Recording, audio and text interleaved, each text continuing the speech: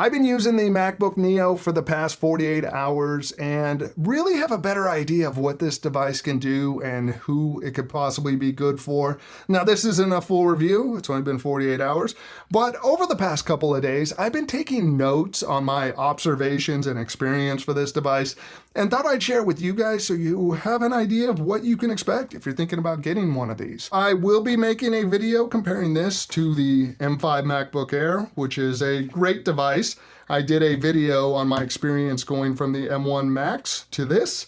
I'll put that at the end of this video. It's definitely worth checking out. But for now, we're going to get into this device, which I did edit this video on it, and the editing experience has really been nice. I just got back from the Apple store a few minutes ago with this new MacBook Neo. My local store had them in stock, which if you go online, it's going to take you like 3 weeks to get one of these. The reason why I picked it up is after using the latest MacBook Air and being able to move from the M1 Max to this, I wanted to see what this new budget device was like. How much can I do on this MacBook Neo? As I open this up, let's talk about what it is. The MacBook Neo is Apple's new budget MacBook that uses the A18 Pro chip that was found in the iPhone 16 Pro. Now, this device is a 13-inch screen. It has 8 gigabytes of memory and 256 gigabytes of storage. The price is $599, or with the student discount, it is $499. Now, this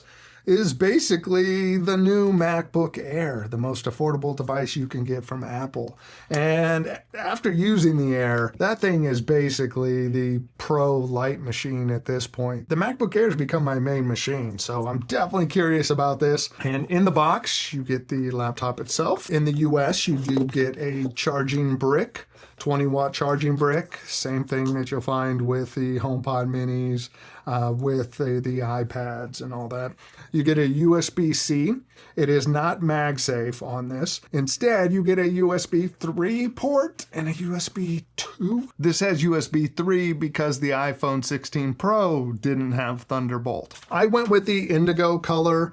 I couldn't bring myself to get silver that was available at some other places. Do like this color. Some features of this is that it does not have a backlit keyboard, and this 256 gigabyte model doesn't have Touch ID. I'm definitely going to be missing that. Now it's ready for setup. Before I get into setup, last thing, here are your 2 USB ports on the side, and you get the USB 3 and USB 2. For maximum speed, you want to use the 3. That's it for now. Check back in after using this for the rest of the day. I've been using this now for 24 hours, and I've been taking notes as I've gone through and used it. Now, in the first couple of hours, these are some of my notes. Keyboard, it's nice to type on, feels the same as my MacBook Air and the MacBook Pro. The mouse feels good, feels a little clickier because it is a physical buttons that are being pressed. It's not a haptic feedback like the rest of the MacBooks. Now, my concern with that was, are you going to have the gestures and if you go under settings for trackpad, you have the option for touch a click, I forget what it's called, but that, so you could just touch it without physically pressing down. And would you have the double tap, 2 fingers tap to right click? And all those are still there. You have the same gestures. You can just do a light click on it. You don't have to physically press down like a button. You can just do the light tap, or you can do the 2-finger tap and it'll bring up like a right click. Now, this was during the initial setup process.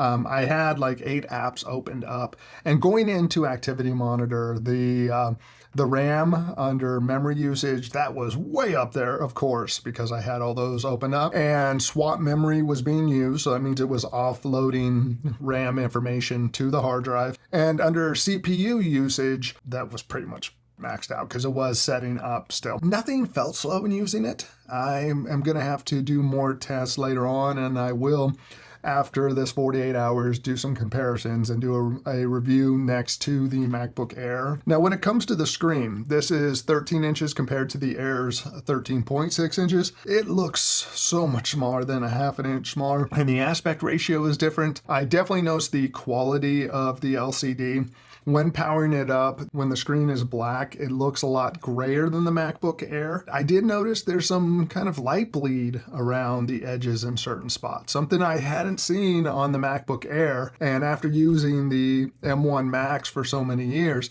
I hadn't really even thought about light bleed until I noticed it on this. So something to look out for if you are going to buy one of these. The screen looks good when I'm looking at a normal image on there or just using it, but when you get to those darker images, or if you're watching something you have black bars, that's where you're going to notice a difference over the Air. I did want to look at my live streaming software during the first 4 hours I was using this, and that's where the USB-C ports came in, because out of habit I just went to reach for my Thunderbolt cable to plug it in, and then I got the little alert on the screen saying this does not support Thunderbolt. So I wasn't able to check my camera coming in on that. Another thing I was missing in using this was the fingerprint sensor. I've grown so accustomed just to be able to enter passwords when logging into stuff, especially when setting up a new computer. Or just opening up the computer. What you can do is you can pair an Apple Watch and you can use the button on the side to confirm, or if you have the Apple Watch paired up, it can unlock the Mac when you go to open it up, which makes up for that lack of Touch IDs. 6 hours into this, I was checking the CPU usage and the RAM, and both of them were very high usage, even when I wasn't doing anything. That's to be expected because when you buy a new computer, it has to set everything up, especially if you're bringing in your account information or migrating from another one. It could take up to 24 hours for all that to be set up, and during that time it's going to be using a lot of CPU usage. Around that 8-hour mark, that's when I opened up Claude and started looking up stuff and using Claude.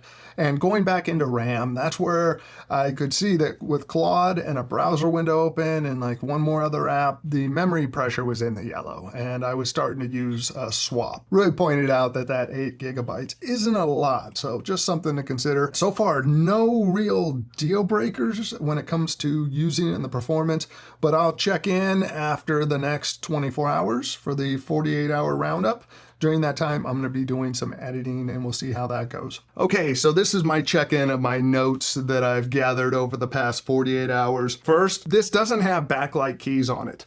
And I noticed that really hasn't been a problem for me. I noticed I don't really type in dark enough spaces to really need the backlight keys. I like the look of these keys and how it matches or goes with the aluminum body, but having gray letters on it does make it a little more difficult to read. Maybe it's all of the years I used the iPad with the Magic Keyboard that didn't have backlight keys that it made me not think about this. At the end of the 48 hours, the trackpad experience has been good. I tend to just do a tap or a 2-finger tap to right click. It responds well. I have found that when I try to zoom in or drag along the timeline that I would inadvertently click. It does that because it's a physical button, where when you're using a haptic trackpad, there is no actual button you're clicking. The speakers, they're small. I guess none of the speakers really compare to the MacBook Pros, the Air, or these. They just don't have a lot of low end to them, but they're fine. I'm not going to really watch content on this personally. I'd rather go to my iPad for that. Now for external displays, I did hook it up to the studio display and it will do 4K on that. One of the things I noticed was I wasn't able to use my SD card reader that's plugged into the back of the studio display. Maybe since it's using USB-C to the monitor instead of Thunderbolt, it's not able to read things that are plugged into the back of the studio display. When it comes to using the USBs, the one towards the back is the USB 3. I would tend to plug into the USB 2 because I'm used to that being MagSafe on the MacBook Pros and MacBook Air. So I would default to the front. When I plugged in my SSD or the studio display, it would let me know to move it to the other port. In using it with apps, I found that things would respond well. I did open up and check the CPU, GPU usage, and memory usage. And even though, and here's a look at it with editing. Right now I'm editing this video and in 2 layers of 4K footage in here, with just the editing software open, and I think right now, yep, it's transcoding and analyzing the footage. And looking at it, memory pressure was in the yellow while that was going on. It's dropped down to green, same level, but now it's green. and we have some swap used. I don't have any other, well, I have notes open, but the thing that I did close was a browser window that wasn't doing anything. So this is what's monitoring the usage, which right now I'm going up to about 90% GPU usage. And just out of curiosity, I'm going to open up a browser. I have a video playing here just to see if what that would do for the memory pressure. And you can see that took it up pretty high. I'm doing a screen recording right now, and the only thing I noticed was like trying to resize. It looked a little stuttery, but not really that bad actually. And then going in and editing, just skimming through the timeline, it looks like everything's moving nicely there. Even though with the RAM, the pressure is pretty high right now. The swap usage going up. It feels a little sluggish. I mean, even kind of scrolling through, it looks a little choppy, and I don't think that's just the screen refresh. I think pushing Final Cut Pro at the same time is quite a bit. And you can see the GPU is really kind of cranked up there to 91%. Editing hasn't been a problem, skimming through, nothing's jumped out. That RAM is working hard. That GPU is working hard, but CPU usage, I mean, it's creeping up to 80% usage now. Even though the RAM was full and the memory pressure was high and the GPU was like topped off, I didn't notice it in doing the actual edit. And that really made me think about that this can handle all different tasks you might want to throw at it. You just can't keep stacking tasks on top of each other. Where with the MacBook Pro and even the MacBook Air, I can have 8 different apps open. I can have Claude open while editing, while browser's going, and I can just stack things on top of each other. This is not a multitasking device. The good thing is it'll take care of most of the tasks you need. When it comes to the storage on this, 256 gigabytes is not enough. And I know most people aren't going to be editing video. When I went into settings and checked out the storage, it was using 27 gigabytes for Mac OS, and almost 12 gigabytes of that was for Apple Intelligence. And then the system data was showing 45 gigabytes. Between Mac OS and the system data, you're using over 25% of your hard drive storage right there. Really, unless you know you could get away with 256, that extra $100 spent on 512 gigabytes would be good. And having Touch ID would be nice. With the screen, it's a good looking screen, but when you see it next to the Air, you see it's a step down from the Air. At the end of the day, if the budget supports it, I would go with the MacBook Air, because the MacBook Air is going to take care of like anything you throw at it. It's now the Pro Lite machine, where this is going to run anything I think you really throw at it. You just have to pick and choose the things you're going to run at different times.